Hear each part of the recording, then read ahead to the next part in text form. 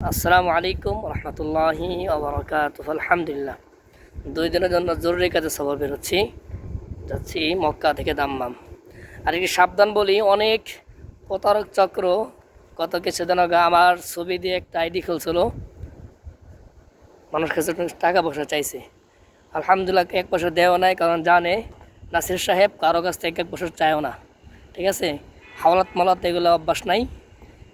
ভুল কমে যদি কোনো ব্যক্তি, কোনো প্রতারক চক্র Messenger, WhatsApp, Facebook, YouTube, imo, যাই হোক, যদি কেউ কখনো আমার ছবি দিয়ে আইডি খুলে টাকা চায়, ভুলক্রমেও বাংলাদেশ প্রবাসী কেউ 1 রিয়ালও দিবেন না।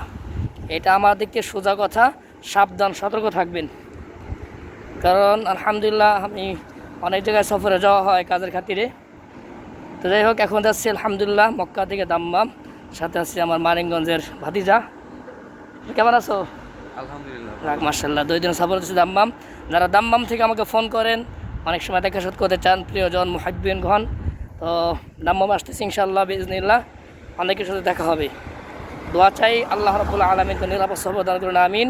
আর আরেকটি বিষয় আবারও বলতেছি, কখনো কোনোভাবেই কোনো মাধ্যম হয়ে কাউকে টাকা দিবেন না। ঠিক আছে, অনেকেই, অনেক হ্যাকাররা আছে, ইমো হ্যাক করে অনেক নিউজ পাওয়া যায়। এই জন্য কোনো ধরনের কোনো হ্যাকারদেরকে 1 টাকাও দেবেন না।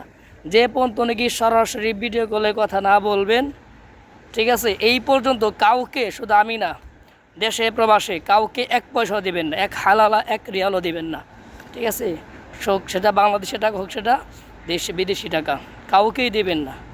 এই জন্য খুব সতর্ক থাকবেন। আল্লাহ রাব্বুল আলামিন আমাদের সবাইকে বিপদ আপদ থেকে, বালা মুসিবত থেকে হেফাজত করুক, নিরাপদ সফর দান করুক, আমিন। আসসালামু আলাইকুম রহমতুল্লাহি ওয়া বারাকাতুহু।